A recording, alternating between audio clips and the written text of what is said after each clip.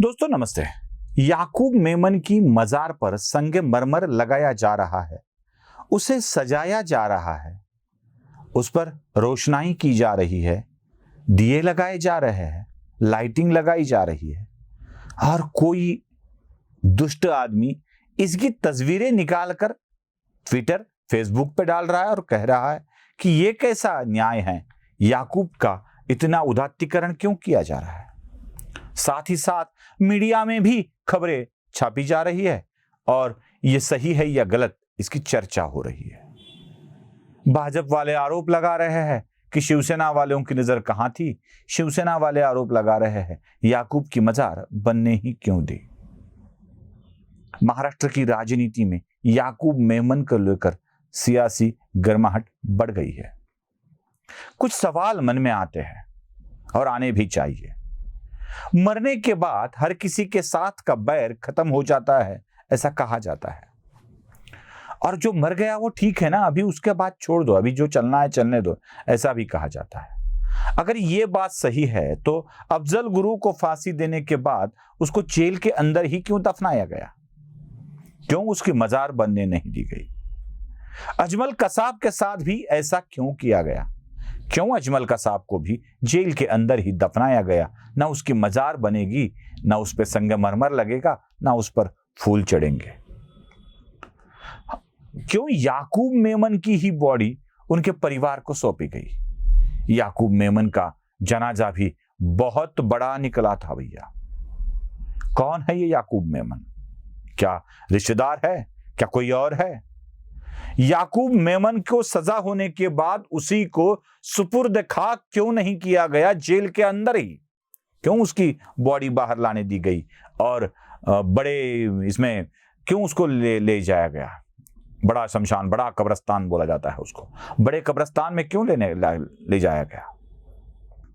एक पहली चूक यहां हो चुकी है कि याकूब से जैसे दहशतगर्द को जिसने मुंबई को लहूलुहान कर दिया था, ये वही शख्स है, ये वही कमीना है, ये वही आतंकी है जिसके कारण मुंबई के चितड़े चितड़े उड़ गए थे और मरने वालों में हिंदू थे, मुसलमान थे, बौद्ध थे, सिख थे, ईसाई भी थे।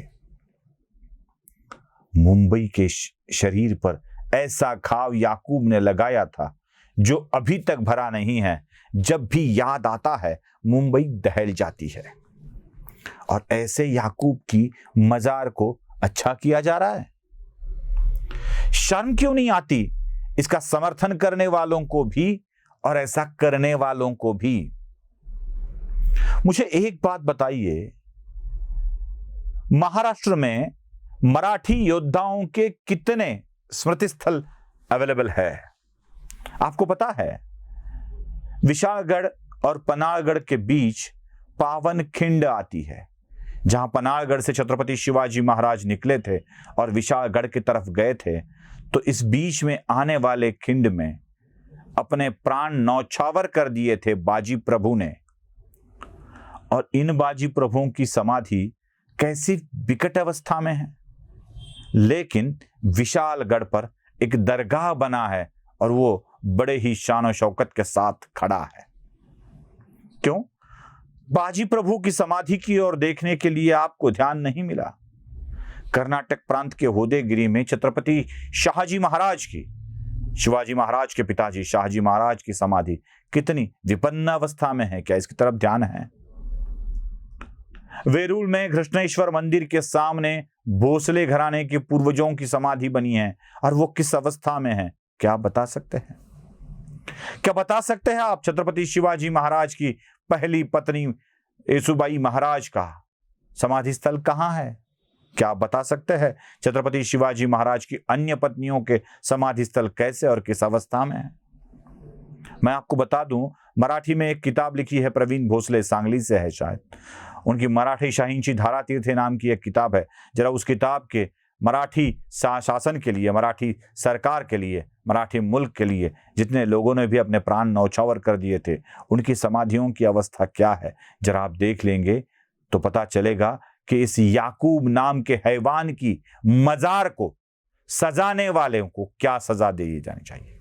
मैं तो मानता हूं कि बुलडोजर लेके जाओ और उस मजार को ही हटा दो, क्योंकि ऐसे कमीनों की मजार नहीं बनाई जाती, इनकी यादें भी रखी नहीं जाती। और ये मैं नहीं कह रहा हूं, अंतरराष्ट्रीय स्तर पर भी ऐसा हो चुका है। आप जानते हैं, जब अबू बकर को मारा गया था तो कहां हुई है उसकी मजार? सद्दाम हुसैन को मारा गया था, कहां बनी है उसकी मजार? और साथ ही साथ आप देखिए ओसामा बिन लादेन की कहां मजार बनी है, कहां दफनाया गया था ओसामा बिन लादेन को? जब जब भी अंतरराष्ट्रीय स्तर पर ऐसे मुस्लिम आतंकियों का खात्मा किया गया है तो उनकी मजारें नहीं बनी है, यहां तक कि उनका शव भी किसी को ना मिले और कहां दफनाया गया है यह भी पता न चले, इसकी व्यवस्था की गई थी। क्योंकि जो बुरे होते हैं, जो दुनिया को तकलीफ देते हैं, उनकी मजारें बनाई नहीं जाती। जैसे हमने ही किया था, अफजल गुरु को पता भी चलने नहीं दिया कि कहां दफनाया गया है, अजमल कसाब को भी समझने नहीं दिया कि कहां दफनाया गया है। और हमने याकूब मेमन को बहुत सारी पहले ही सहूलतें दे चुके हैं, क्योंकि याकूब मेमन का रिश्ता हमारे भूतपूर्व मंत्रियों के साथ था जो आज भी जेल में हैं। मुंबई की छाती पर घाव करने वाले हैवानों को इस तरह का बड़प्पन अगर दिया जाता है तो बहुत ही बुरे दिन महाराष्ट्र में शुरू हो गए हैं, ये समझ लीजिए। न जाने हम कब समझेंगे, न जाने इस बात को हम कब जानेंगे, और ऐसे लोगों की स्मृति स्थल को उद्ध्वस्त कब करेंगे। समझते नहीं है लोग, समझते नहीं है राजनीतिक। याकूब मेमन को इतना बड़प्पन देने की सच में जरूरत है? अगर ऐसा ही होता रहा ना दोस्तों, तो सेंट्रल विस्टा का प्रोजेक्ट बना है और तुम्हारी संसद अभी नई बनने जा रही है, तो इसी संसद को अफजल गुरु का स्मृति स्थल घोषित किया जाए, ये भी दावा कुछ कमीने कर सकते हैं, क्योंकि अफजल गुरु वही उसी काम के लिए शहीद हो गया। वो देते हैं ना, घोषणाएं देते हैं, अफजल हम शर्मिंदा है, तेरे कातिल जिंदा है, वगैरह वगैरह। अगर हम इन लोगों को इसी तरह से रियायतें दे रहे हैं तो ये एक दिन इस देश को ही पूरा स्मृति स्थल बना देंगे, मजार बना देंगे उन लोगों की जिसने इन देश को ही लूटने का, बर्बाद करने का काम किया है। ये होने देना है या नहीं, ये आप जानते हैं। इसीलिए मैं यहां पर मांग कर रहा हूं, अगर मेरी मांग से आप सहमत है तो जरूर कमेंट बॉक्स में लिख दीजिए, क्या बड़ा कब्रिस्तान में लगी हुई याकूब मेमन की मजार को, कब्र को समूल उखाड़ कर फेंकना चाहिए? मुझे लगता है फेंकना चाहिए, क्योंकि ऐसे दरिंदों के कुछ अंश भी हमारे साथ न रहे, यही मैं चाहता हूं। आप भी अगर चाहते हैं तो कमेंट बॉक्स में जरूर बताइए। नमस्ते।